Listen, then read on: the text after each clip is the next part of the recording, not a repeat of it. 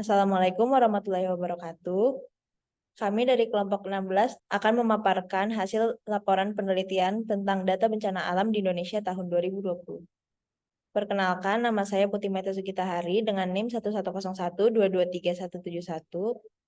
Nama saya Fasika Amirani Rosita dengan NIM 1101220118. Nama saya Siti Aisyah Huswatimah Putri dengan NIM 1101223100.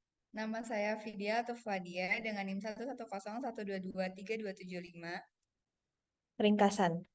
Penelitian data bencana alam di Indonesia ini bertujuan untuk mengetahui berapa seringnya terjadi bencana alam di Indonesia. Pada penelitian ini digunakan data bencana alam di Indonesia pada tahun 2020.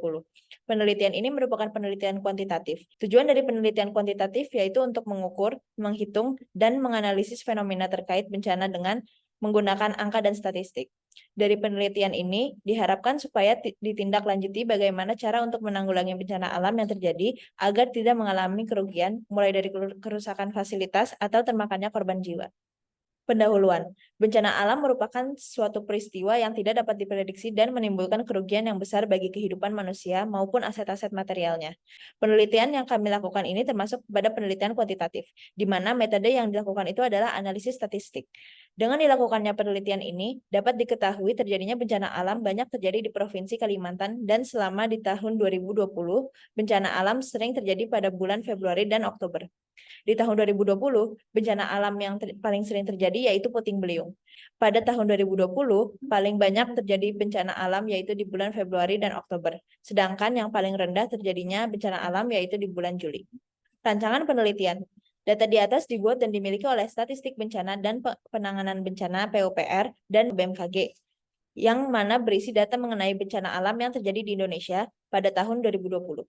Keakuratan dan pertanggungjawaban bisa dijamin oleh BMKG dan Statistik Bencana dan Penanganan Bencana PUPR. Jenis data yang dikumpulkan adalah structured yang dapat disimpan dalam dan informasi dalam bentuk terorganisir sehingga mudah diakses dan dianalisis. Untuk pertanyaan riset yang pertama, apa saja jenis data yang biasanya dicatat dan dianalisis terkait bencana alam di Indonesia?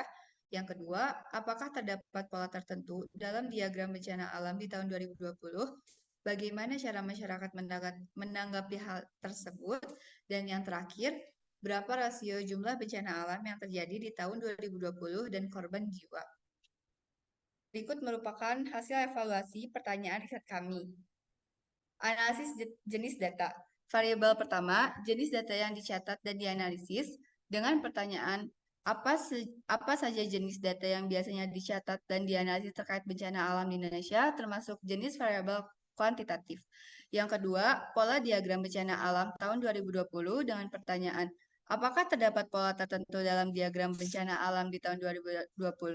Bagaimana cara masyarakat menanggapi hal tersebut, termasuk jenis data variabel kontinu. Yang terakhir, rasio bencana alam yang terjadi dengan pertanyaan berapa rasio jumlah bencana alam yang terjadi di tahun 2020 dan korban jiwa, termasuk jenis data skala rasio atau interval, variabel kuantitatif, dan variabel diskrit.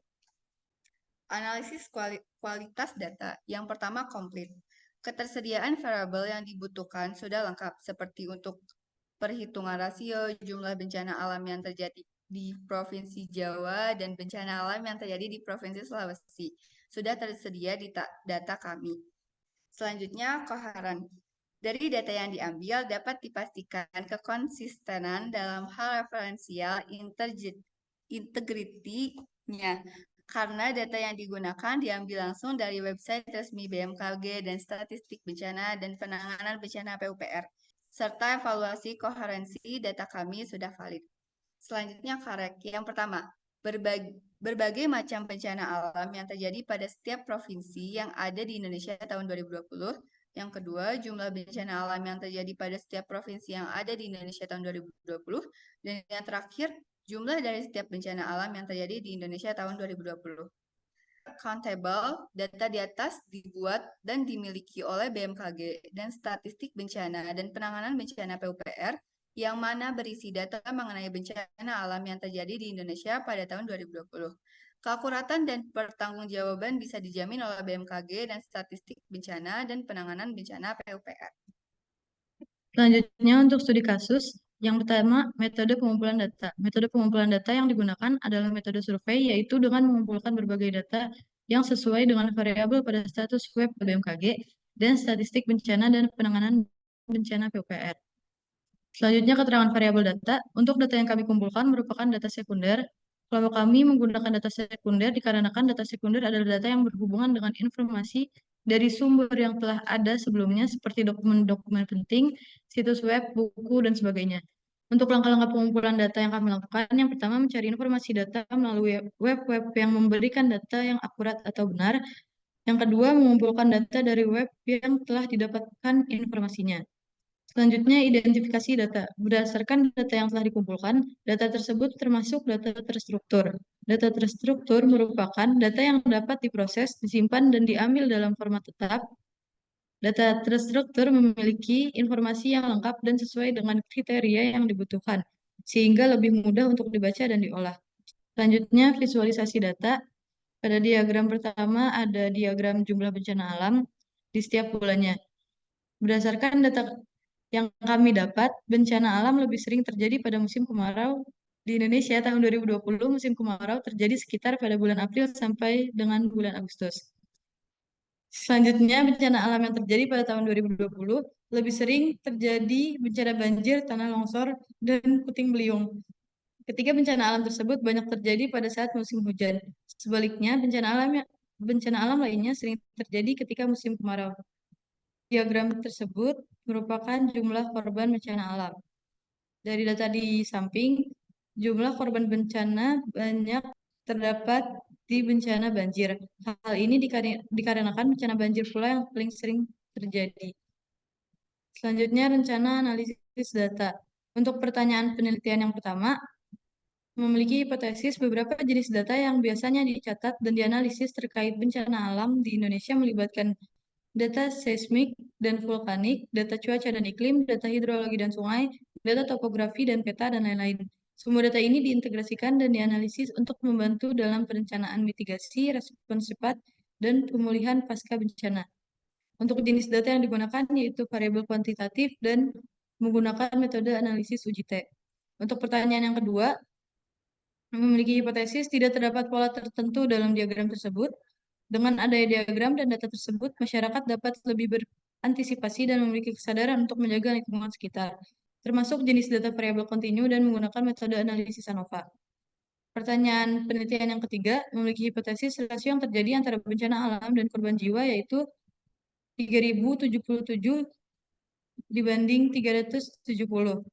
Merupakan jenis data variabel kualitatif dan menggunakan metode analisis UJT. Selanjutnya, hasil analisis data. Sesuai dengan UJT atau koefisien dilihat dari signifikansi jumlah bencana alam. Maka dapat diartikan bahwa jumlah bencana alam benar-benar berpengaruh secara nyata terhadap korban bencana alam karena signifikansi jumlah bencana alam kurang dari 0,05. Untuk ANOVA, sesuai dengan uji F atau ANOVA, dilihat dari tingkat jumlah bencana alam yang terjadi, maka dapat diartikan bahwa model regresi bisa digunakan untuk memprediksi korban bencana alam karena nilai signifikansi. Diskusi. Bencana alam adalah suatu peristiwa yang terbagi menjadi dua berdasarkan pemicunya. Pertama, bencana yang terjadi secara alami dapat berupa banjir, letusan gunung berapi, gempa bumi, tsunami. Beberapa bencana alam terjadi tidak secara alami, contohnya adalah kelaparan.